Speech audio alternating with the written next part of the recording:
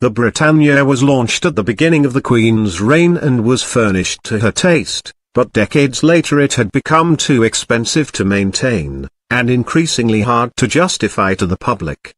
The Royal Yacht, the jewel in the Queen's beloved fleet, was decommissioned in 1997, with then Prime Minister John Major announcing it would be retired from service in 1995.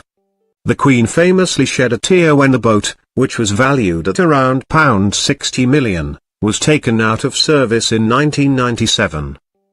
But shortly after Mr. Major made the announcement, senior Buckingham Palace official Sir Kenneth Scott wrote to the Cabinet Office, detailing how the Queen would very much welcome a new yacht, but also acknowledged that the Queen's lobbying would be unpopular with the public if her letter came to light.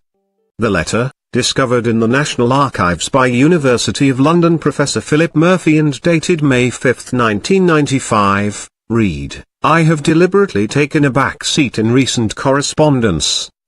Since the question of whether there should be a replacement yacht is very much one for the government, and since the last thing I would like to see is a newspaper headline saying Queen demands new yacht.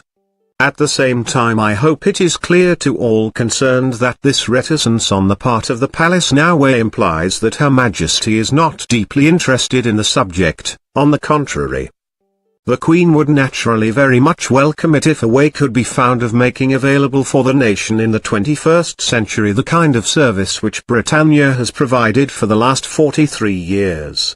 In 2003, a source told the Sunday Telegraph that the monarch would have never put pressure on the government over a politically sensitive subject, saying, "Neither the Queen or the Duke of Edinburgh have ever expressed an opinion on the way the issue was handled, and nor would they do so."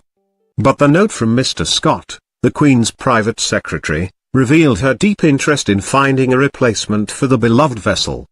Professor Murphy, director of the Institute of Commonwealth Studies, said of his letter discovery, "It is clear that behind the scenes the palace, which had been closely informed of the progress of discussions, was keen to keep the issue alive and was putting discreet pressure on Whitehall to come up with some alternative proposals." Britannia was originally meant to be broken into parts on the request of Prince Philip and used in a new yacht, among a host of other options after the vessel was taken off waters. However, a new vessel was never commissioned to replace Britannia, following opposition from Tony Blair's Labour government, who used the issue as part of their election-winning campaign in 1997.